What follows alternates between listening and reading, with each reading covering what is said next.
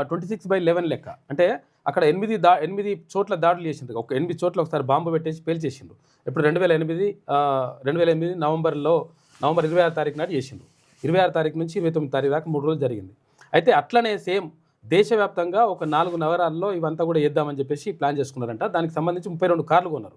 32 కార్లు కొని అక్కడక్కడ వేల్చేద్దాం, అవి చిన్న కార్లు కొనేసి పేల్చేద్దామని చెప్పేసి ఆ ప్లాన్ చేసుకున్నారట. సో ప్రపంచంలోనే అత్యంత కట్టుదిట్టమైనటువంటి రక్షణ వ్యవస్థ భారతదేశానికి ఉన్నది.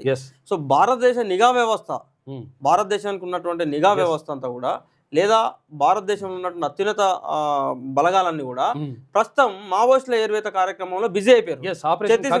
ఆపరేషన్ కగారాన్ని మొదలుపెట్టి ఛత్తీస్గఢ్, మధ్యప్రదేశ్, మహారాష్ట్ర, తెలంగాణలో మొత్తం తీసుకుపోయి ఈ బలగాలను వీళ్ళందరినీ తీసుకుపోయి అక్కడ పెడితే వీని పని దొంగలు వచ్చేసి, లంగలు వచ్చేసి, బట్టవాదిగాలు వచ్చేసి వీళ్ళ పనిలో వీళ్ళు పడ్డారు.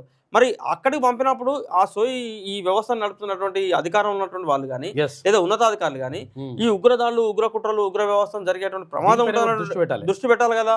నీకు సమర్థులైనటువంటి అధికార వ్యవస్థను తీసుకుపోయి మొత్తం కర్రగుడ్డలలో మోహరించి ఈ దేశం కోసం, ఈ ప్రజల కోసం, ఈ పీడిత ప్రజల కోసం పోరాడుతున్న పిట్టలేక ఏరేస్తా, దాని డెడ్ లైన్ పెట్టినా నేను మార్చి 26, జూన్ 26, జనవరి 26 దేశ పౌరులను చంపేస్తావు. ఈ విదేశీయులు వచ్చేసి దేశ ప్రజలను ఈ బాంబులు పెట్టి చంపుతా ఉంటే చేతులు కట్టుకొని మాత్రం చూస్తూ ఉండవు. ఇది ఈ భారతదేశ ప్రభుత్వానికి ఉన్నటువంటి వ్యవస్థ.